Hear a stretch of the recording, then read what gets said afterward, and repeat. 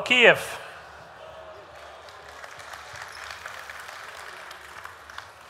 Thank you guys for joining today. And I can see the room is filling up. It's hard to compete with all the amazing talks at iForum. I'm Nік Білогорський, and we'll talk today about how to build a business, not a startup. So first, a little bit about me. I have worked at, invested in, or sold to some of the companies on this slide. And today, I have an announcement on what my next step in my career is. So yeah, I joined Google about 3 weeks ago. I'm working in the Sunnyvale office, and I'm leading the security, trust, and safety team at Google. This is the team that works on protecting user accounts for Gmail, all of Google properties, works on Safe Browsing API, and works on Android security and safety, reviews Google Play apps for malware and unwanted software. So I'm really excited for this new opportunity to lead a large team at Google. And also want to tell you, what I've been doing outside of my main line of work, which is in cybersecurity and protecting companies from threats and breaches, is I've been doing a little bit of investing. And the way that started for me is I have a friend that is from Israel, and he suggested I join him in a small angel deal, just invest $5,000 into an Israel company called SeedID. This was in 2012. So I did that, and I really liked the feeling of being close to the entrepreneur, working directly with the CEO after the investment and helping them build the company. So I started doing that, and now I've been working with a fund called 408 Ventures with these folks. And we've done some pretty exciting deals. Some of these are Ukrainian companies. That's one of my main focus as an investor, is I try to help Ukrainian entrepreneurs. The other focus is try to invest in cybersecurity companies, which is my main area of expertise. So as you can see on the top right, I have some links for you. If you try to friend me on Facebook, you can use the link above. You can also follow me. And if you have an interesting pitch about your startup, you can submit it on the 408 Ventures website, as long as you fill out a simple questionnaire that we have. We have a process where you just answer all the questions that we usually ask, and if the answers are satisfactory, it's very quick to get approved for an angel size investment. So I try to optimize that process, and some of the companies that took investment from us are on this slide. All right, so first, why you should build a business and not a startup, and what do I mean by that? In my definition, a startup, if you start with the why do people create startups? Startup is about innovation, about inventing something. Often startup founders think about changing the world, right? And what is a business? Business is about making money. So I would much rather you guys focus on making money and build a business, because as Reid Hoffman, who started LinkedIn, said, entrepreneurship is like jumping off a cliff and assembling an airplane on the way down. Think about it, visualize it.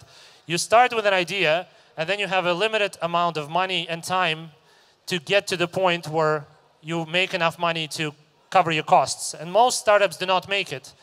They burn cash, they run out of cash, and they go bankrupt. So you have a startup, there is a very high chance, more than 9 out of 10, that it will die. And I've worked with a number of startups that failed. However, most businesses where people start about making money first, survive, make money, and grow. So just based on that definition, should be clear enough that you should be focusing on something that makes money, being very revenue and sales focused.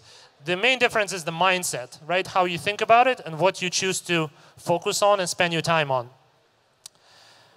So, of course, the million-dollar question is how to do it. It's pretty easy to say, of course, build a business, not a startup. But what does it take to actually build a successful business, one that makes money and survives and grows, as opposed to dying, right? And one of the differences, of course, a startup founder usually is inexperienced, and he tries to jump on every opportunity to do anything, right? They would jump into the product and try to make decisions on it. They would take every opportunity to take meetings to promote the company.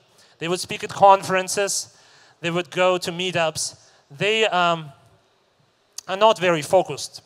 However, a business CEO, a business leader, is laser sharp focused on doing only things that increase the value of the startup. And the value of the startup, or valuation, or market cap, if you will, is usually a directly tied number to your revenue. It's revenue times a multiplier that is specific for your industry. So growing your revenue is the main thing you can do to increase the valuation of your startup. And if you increase the valuation of your startup, that is something you can sell to make yourself, your employees, and your investors happy. So what it takes sometimes is being an amazing, really great salesperson. And that is a hard skill to acquire, trust me. So you need to either be one or you need to hire one. So that's your options. Either become a great salesperson or find a way to recruit, hire, and pay in salary a really great salesperson, like I have on the slide, a professional business CEO. And of course, that is difficult and expensive to do as well. But if you choose to start acquiring skills and behaviors necessary to become a business leader and for your startup to start being a business, here are some of the things I would focus on. First of all, you need to cut out anything non-essential. As I mentioned, anything that doesn't bring you revenue, not related to sales or recruiting. I would focus on those two things. Selling and recruiting is something you should do, but everything else, find somebody else to help you. You can get a personal assistant. You can get a back office staff, depending on your budget and available financing. There's a lot of things that you don't have to do yourself to optimize your time. It is very, very important to move most meetings to Skype so that you don't actually commute somewhere to meet with somebody to just spend 30 minutes drinking coffee, right? Do whatever you can to optimize the number of people you can actually communicate with and make sure that you don't waste other people's time either. If you don't waste other people's time, they won't waste yours. So one way to go about it is to be very much upfront about expectations, right? When somebody approaches you and says, I would like a meeting, ask them, well, what do you really want to talk about? And can we just decide it right now, right? Is this something I can help you with, something you want to help me with, and what is it, right? We don't need to spend time now to set a meeting later to talk about the next meeting after that. Just be very upfront about what you expect, what you need, and getting a quick rejection is actually optimal because it saves you time and it saves the other person time. So that's a good thing. Don't be discouraged when somebody says no. And in fact, try to say no to other people. It's a very good skill to acquire as well. So delegate. Of course, selling. We talked about how important selling is. You need to be ruthless. You need to be shameless. You need to be a force of nature. You need to go for what you need at whatever the cost, right? Somebody will say no to you again and again and again, but if you're a strong salesperson, you won't take that no for an answer, and you will find a way to get the deal you need, right? That's mainly the main difference between businesses and startups is that businesses make money, and they make money because they can get sales in spite of the people that say no to them. So this is something that probably could be a separate presentation or separate business course on selling. And I do recommend you to attend a sales training if you ever get a chance to do it by somebody who's really great salesperson. But you need to be, as a business leader, focused on selling yourself. And I don't just mean selling your product or service. Selling to me is a general term that means convincing somebody to do what you want them to do. It's persuasion, right? It's recruiting new people to join your team. It is convincing investors to meet with you. All of that is sales, right? It's whenever you have an agenda and somebody can help you, but they're kind of on the fence about it, figuring out what is the value in it for them and starting with that. Keeping a very much approach that is not self-oriented, not on what you want and who you are, but who is the person you're talking to, what is their values, what are their interests, what is on their plate, how can you help them? Right? If you start with how you can help them, there is a chance they will take that meeting, they will help you as well. So delegate, sell. Recruiting. Very, very important to recruit the right people off the top of the, from the get-go to join your team, your co-founders, right? That is your family you will spend the next maybe 5, 7, 8 years with. So whoever that co-founder is likely what will make or break your startup. And I've seen stats from Y Combinator, cap tables, that 89% of startups do not survive the first year with the original team. So most teams break up within the first 12 months, which means that whoever your original co-founders are, in a year, chances are not all of you will be there. So keeping that in mind, when you're recruiting co-founders, you should be generous with the amount of equity you give to them. That is, if it is your decision, right? Let's say you're the CEO, and you have 3 or 4 different folks you want to work with. Distribute that equity fairly and be generous, right? Give them 20%, give them 25%. Chances are they won't stick around to vest all of it till the end anyway. So be generous up front. Pick the best people you can work with. And that applies to everything. Hiring the best, picking the best investor. And I can give you an example of my co-founder at Cyford, who for his new startup got 2 different term sheets for investors. One was from Trinity Ventures and one was from Sequoia.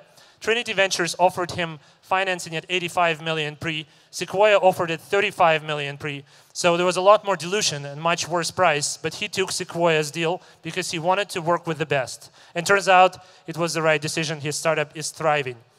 So find whoever you want to work with, co-founders, employees, investors, and work on your skill to convince them to work with you and figure out what you're willing to give up. Very important mindset in the valley where I'm based. I'm in Santa Clara, which is right between San Francisco and San Jose. And the very important mindset there is continuous learning, growth mindset. Have you guys heard about this? Growth mindset? What that means is that you should be learning all the time. And I don't just mean reading books, right? Some people just think, I'll read books and that's learning. No, you should be using tomorrow something you learned today, putting it to use, right? And you should encourage the people in your team to grow as well and be learning. That is very, very important for you as a business leader. Remember, our main theme today is how to go from being a startup founder to a business leader and how to make your startup a business that is thriving, that people want to invest, that is making money and will survive. Well, the important thing for that is find opportunities to learn, find opportunities to grow, and start using what you learn. Another thing is you have to find a way to meet people, connect with people. You know, as humans, the cornerstone of our experience as humans is connecting. We all crave connection. I'll give you an example. When I moved from Canada, where I was living 13 years ago, to Silicon Valley, I didn't know a single person. I was alone in kind of a sea of strangers. And I made it kind of my priority, my focus, to find opportunities to get out there and meet people. Build my network, both at work and outside of work. And today, 13 years later, because yes, it takes time, you know, building a business is not a get-rich-quick scheme. This is something that you have to be patient with. But I've built my network to over 1,000 people in the Valley, mostly in the startup community, in the investing community, that I connect with and talk to regularly. So for that, you have to be open. You have to look for opportunities to talk to people and try to help them, try to be very friendly. You can't judge people. You can never go negative. It's a very small Silicon Valley. Everybody knows somebody that knows you. So whenever you try to spread a rumor about somebody or just say something negative about somebody, that person will hear about it, and it will also come back to you and reduce your reputation. So never go negative. Never talk shit about anyone. Finally, building trust. It's not enough to just connect with people, right? You can have 100 meetings just at this conference today and collect business cards, and you can say, okay, I'm connecting. That's not quite what I'm talking about. You have to learn, and there is books on this, how to develop a meeting, a connection, right? Each point in life is a connection, into a line that is a relationship. The line that connects different dots that are meetings is a relationship. And as you build that relationship, you have to build trust in it. You have to show to the other person that you're able, that you're competent, right? That they can depend on you. You do what you say. You're honest. And that takes time, right? But when you can build that trust in your relationship, a lot of it will turn to business. You will sell to that person. You may recruit that person into your startup. So a trustful relationship lasts a lifetime, and it's a gift that keeps on giving.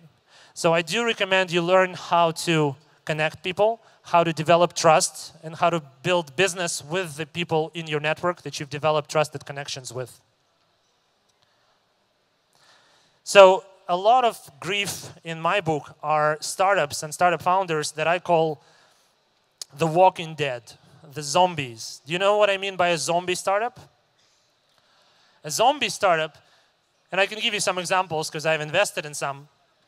A zombie startup is someone who built a product, has some users, has some revenues, maybe is sustaining the existence of the company, but he's not growing. In fact, he's flat. Or maybe he's just losing a little bit of money each month. Or maybe he's growing, but only like 1 or 2%. So there's quite a few of these. In fact, it is rare that somebody takes off like a unicorn or fails very fast and goes bankrupt. Most companies kind of end up in this state 3, 5, 8 years after they start, in that they're not really successful, but they're successful enough that they don't want to quit and give it up. To me, that's a zombie startup, and I encourage you not to be such a zombie startup. So right after my talk, my challenge to you is, if you're a startup founder, and if your business is not growing 10% a month, 20% a month, right? Think about whether or not your life is well spent in continuing it. You know, what are you giving up? What is the opportunity cost? Should you quit it and have the courage to walk away? It's actually something that you have to be very brave to say to your teammates, to say to your investors, to say to the community, yes, I'm giving up on the startup. I've spent 5 years on it, 7 years on it. I've learned a lot, but it's not working, not as much as it needs to. So don't be a zombie. Don't be a walking dead company. At Startup Grind, where we do a Ukrainian startup pavilion, I've seen the Airbnb founder talk, and I really like this piece I wanted to share with you. Rejections, right? We talked about it. Whenever somebody rejects you, they're actually doing you a favor. They're saving you time, and they're making you develop thick skin, which is something you need as a business leader. But the way to take rejections well, and by the way, when like Dave Morin, who is a famous angel investor and a founder of Path, was pitching his network in the Valley, he's got 35 rejections, right? Many other famous, successful people have got rejections as well. The way to deal with rejections is this equation, SW2 plus WC equals MO. What that means is, SW is someone will like your startup. And it's twice, because someone will like it and someone will not like it. So some people will like it, some people will not like your startup. Who cares? That's the WC. Who cares? Move on. Some will like it, some will not like it. Who cares? You have to learn to move on and take it to the next conversation, take it to the next meeting, right? Develop that thick metal skin so that anything bounces off you, right?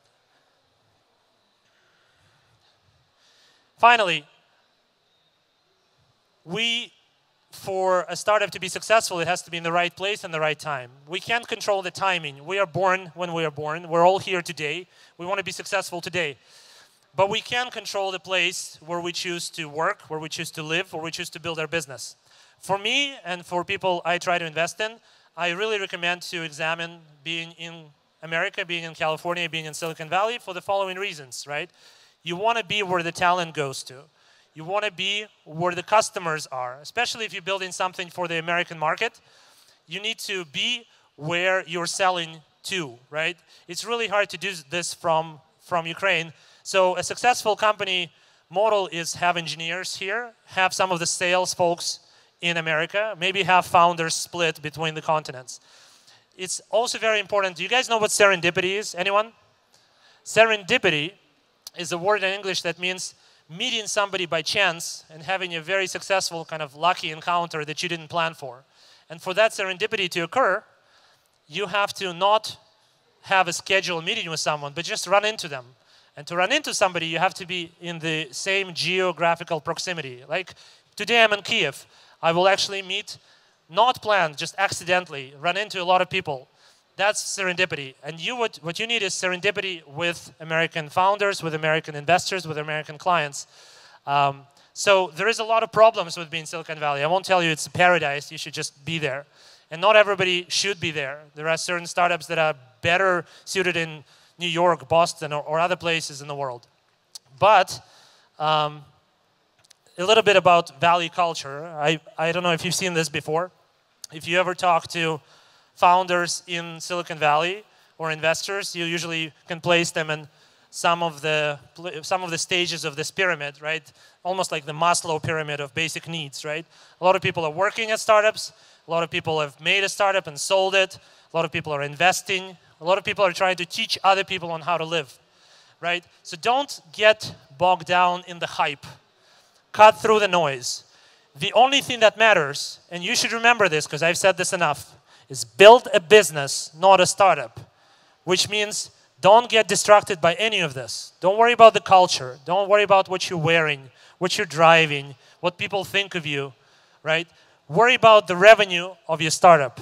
Worry about the valuation of your business. Worry if you're developing the skills you need to be a business leader, because that is true success.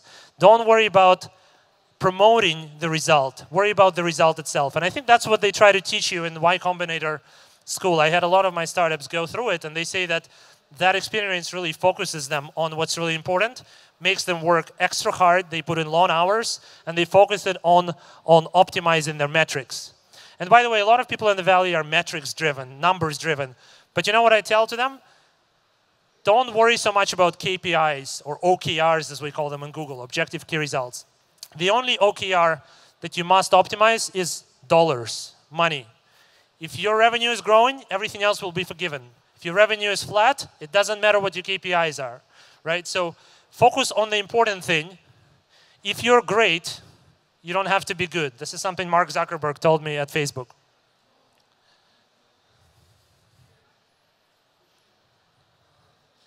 So, how else can I help you today? Well, I can recommend to reach out to some other folks. I'm working with Chaik Whitehead, who gets funded by USAID to run an incubator in Kharkiv and in Kyiv for Ukrainian startups. So you will have a lot of international help coming to you, to Ukraine, to work with you and your startups for free if you try to get into this EO incubator, which is kind of a new and very exciting opportunity. I'm also here in Lviv for the next 3 days running Traction Camp, which is another accelerator-like mentoring program for startups. So seek out people that can help you. Convince them to help you, right? You have to be really good at persuasion, at selling, but there are people out there that will do it, especially fellow Ukrainians that are out there in the world, right? So EO incubators, check it out. That's EO.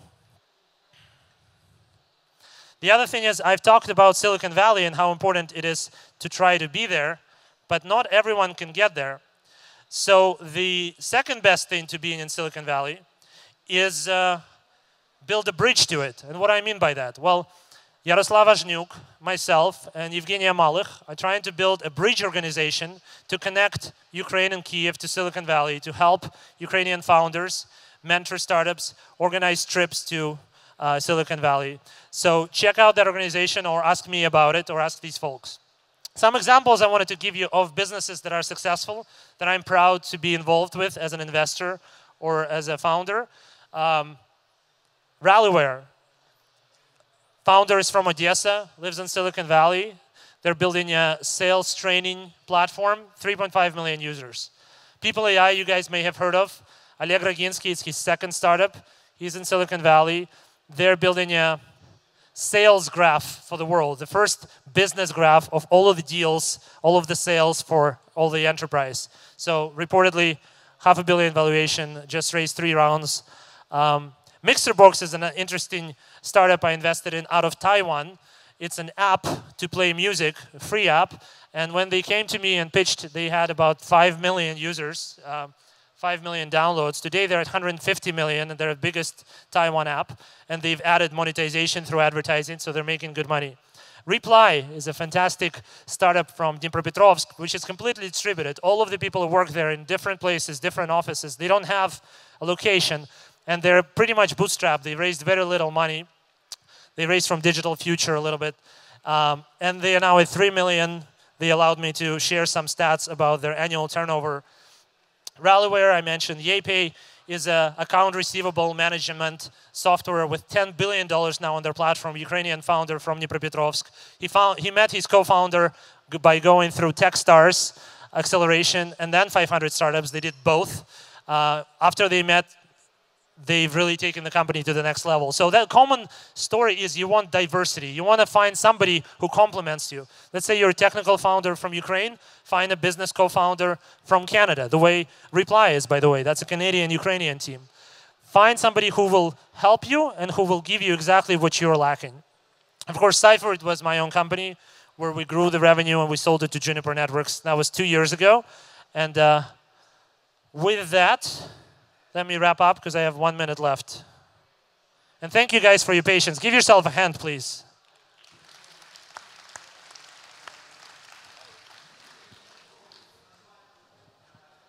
So, I want you to, if there's just one thing you remember today, and hopefully I repeated this enough times, make this your mantra. Make this your motto. Make this your morning prayer, and it will be your salvation. Build a business, not a startup. You know what this means. You know what to do. You know where to go now. The rest is up to you. You can connect to me on the link above. And thank you very much for your time. Thank you, Kiev.